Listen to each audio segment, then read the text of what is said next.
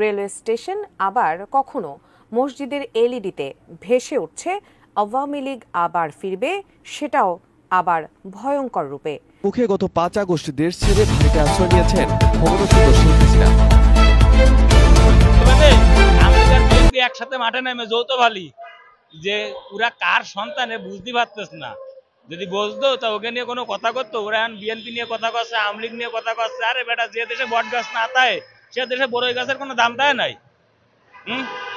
তা আওয়ামী লীগ আর বিএনপি দেশের বট গাছ, তোরা কোয়ানে সারা গাছ তলায় এসে ওজন তলায় এসে ধিক্কার নিচ্ছিস, তোকে কথা কিটা শুনবে? একটা রিক্সাওয়ালারও যদি কয় ভাই জামাতে ভোট দেন, তা কবে না কি রে সন্তান আর জিএমপি কে ভোট দেবো কাল। কিন্তু বিএনপির কথা কন, কবে না ভাই দিবানি। আওয়ামী লীগের কথা কন, না ভাই দিবানি। জামাতের কথা কন, ওপেন সরাসরিও বলবেন না ভাই ভোট দেবো না, কারণ এটা সন্ত্রাস।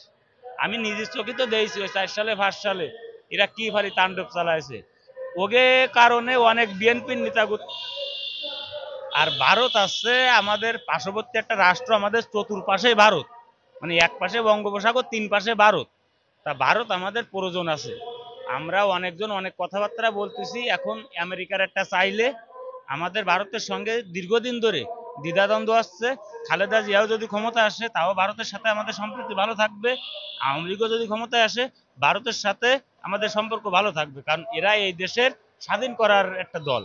তখন জিয়াউর রহমান সাহেব আওয়ামী লীগের পছন্দমূলক একটা লোক ছিল, সেনা সদস্য থেকে সে আওয়ামী লীগকে ভালোবাসতো। বঙ্গবন্ধু হত্যার পরে সে আওয়ামী লীগের হাল সে ধরতে পারে নাই।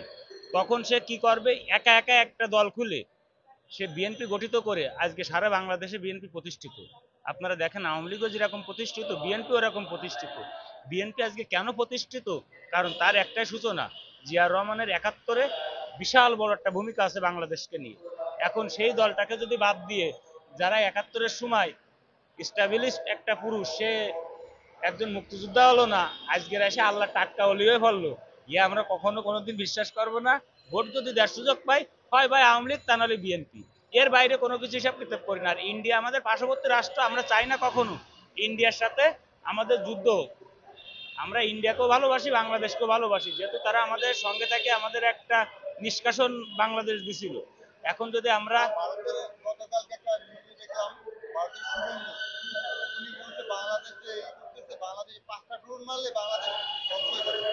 5টা ড্রোন না, আমার দ্বারা কথা তো আমার বাংলাদেশে তো 2-3টে ক্ষেপণাস্ত্র মারে দিলেই পারতো।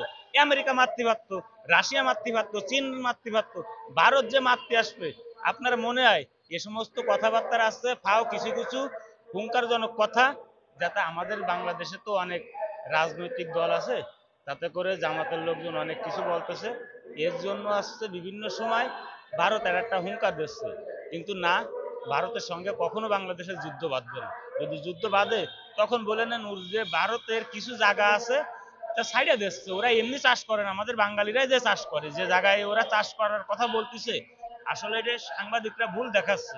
ওই জায়গায় আমাদের বাঙালিরাই চাষ করতো, ওদেরকে ঠিক মতন কেউ পয়সা দিত না। আপনি দেখেন আমাদের বাঙালিরা কিরাম খারাপ, ওরা ওই দেশে তো পূজার সময় আমাদের দেশে আপেল কমলা লেবু মারটা চাইলে দে, আর আমাকে চাষড়া বাঙালি আখ চাইলে মারে, ওকে যায় হাত কাটে, এখন ফলও দে না, বর্ডারে পূজার সময় ফলও দে না। আমাদের দেশে কি কাশ্মীরের লোকজন নাই? তারা পড়াশুনো করতেছে না, তাদেরকে বাইর করে দিক ডক্টর ইউনূস। আর আমি যেটা বলবো, আওয়ামী লীগরে আবার এই দেশে ফিরে নিয়ে আসতে হবে। এই দল যদি আসছে চেঞ্জ না করতে পারেন, জামাত যদি চেঞ্জ না করতে পারেন, তাইলে হবে না, দেশের মানুষ এমনি মরে যাবে না। আর বিশেষ করে আওয়ামী লীগকে আগামী দিনের ক্ষমতায় দেখলে ভালো হবে। আপনারা দেখেন সব দিকই সন্ত্রাস, রাস্তাঘাটে যে ভালো অস্ত্র ঠেকায় ঠেকায় টাকা পয়সা নিয়ে যাচ্ছে, তাই মানা যায় না। আমি পুনরায় বলবো, আমি বঙ্গবন্ধুর সৈনিক, আমি জিয়াউর রহমানের একজন আদর্শের সৈনিক। আমার মুখ দিয়ে তাদের নামই বের হবে। এর জন্যই বলতে চাই, জয় বাংলা, জয় বঙ্গবন্ধু, জয় হোক বাংলার মেহনতি মানুষের। মানে বর্তমান যে নির্বাচন, সামনে যে নির্বাচন, আপনি কোন কোন দলে দেখতে চান? মানে ভালোভাবে আপনি কোন দল দেখতে চান যে সামনে এই দলটা আসতে করে? 5 মাসে যা করলো, 5 মাসে যা করলো, তাতে আওয়ামী লীগই ভালো ছিল, এটা সত্যি কথা ভাই।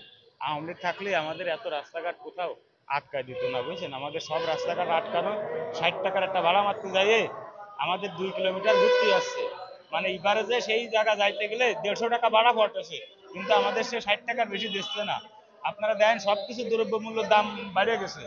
এই যে কৃষকরে কি পালি শেষ করে দিলে দেখেন, ঢাকা শহরে 4 কোটি মানুষ বসবাস করে, আর গ্রামঘাটে অনেক কৃষক আছে। সেই কৃষকের 5 টাকা 7 টাকা দিয়ে একটা চারা কিনে এখন একটা কপি বিক্রি করতে আছে 3 টাকা 2 টাকা।